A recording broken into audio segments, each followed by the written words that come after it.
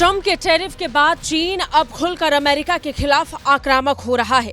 एक के बाद एक फैसला लेकर अमेरिका को तोड़ने की कोशिश चीन की तरफ से लगातार जारी है। चीन हर वो कोशिश कर रहा है जिससे अमेरिका को झटका दिया जाए और इसी के साथ अमेरिका को लेकर चीन ने एक और फैसला किया।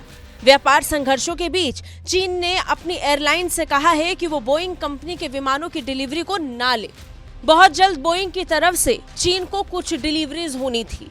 विमानों को लेकर डिलीवरीज को रोकने की बात अब चीन की तरफ से कह दी गई है। ये कदम अमेरिकी राष्ट्रपति डोनाल्ड ट्रंप के चीनी सामानों पर 145% टैरिफ लगाने के फैसले के बाद उठाया गया। लेकिन इस बार प्रतिकार और जवाबी कार्रवाई के बीच सबसे ज्यादा फायदा किसको होने वाला है, इस पर सबकी निगाहें हैं।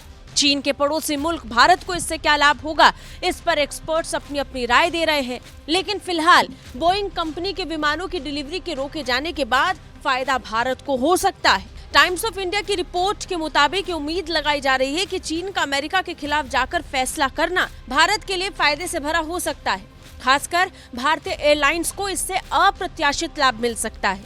बोइंग कंपनी पर लगी रोक को लेकर अब ये उम्मीद और पक्का हो रही है, क्योंकि चीन द्वारा लगाई गई रोक के बाद बोइंग भारत को प्राथमिकता दे सकता है। इससे एयर इंडिया एक्सप्रेस और अकाशा एयर जैसी भारतीय एयरलाइंस के लिए फायदा का सौदा साबित हो सकता है।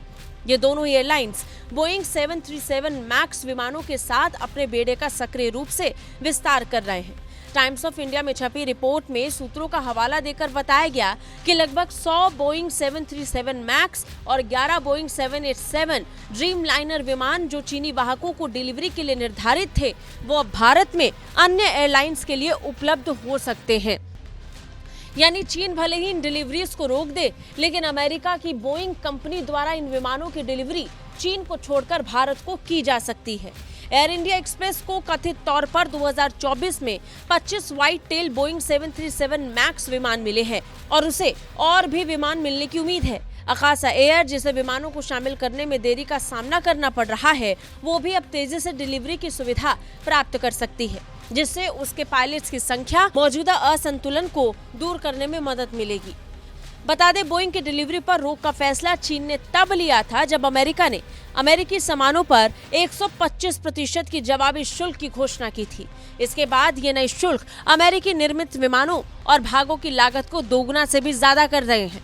वही विमान बिक्री के सबसे बड़े बाजारों में से एक बोइंग के लिए ये फैसला चुनौती भरा होगा, क्योंकि अगले 20 सालों में वैश्विक विमान मांग का 20% हिस्सा चीन से ही होने की उम्मीद थी। अब फिलहाल के लिए टैरिफ की वजह से चीन ने इन डिलीवरीज पर रोक लगा दी है, इन्हें स्वीकार करने से मना कर दिया है, जिसके बाद चुनौती बोइंग कंपनी के लिए है और इससे निपटने के लिए वो भारतीय बाजार का रुख निश्चित तौर पर करेगा।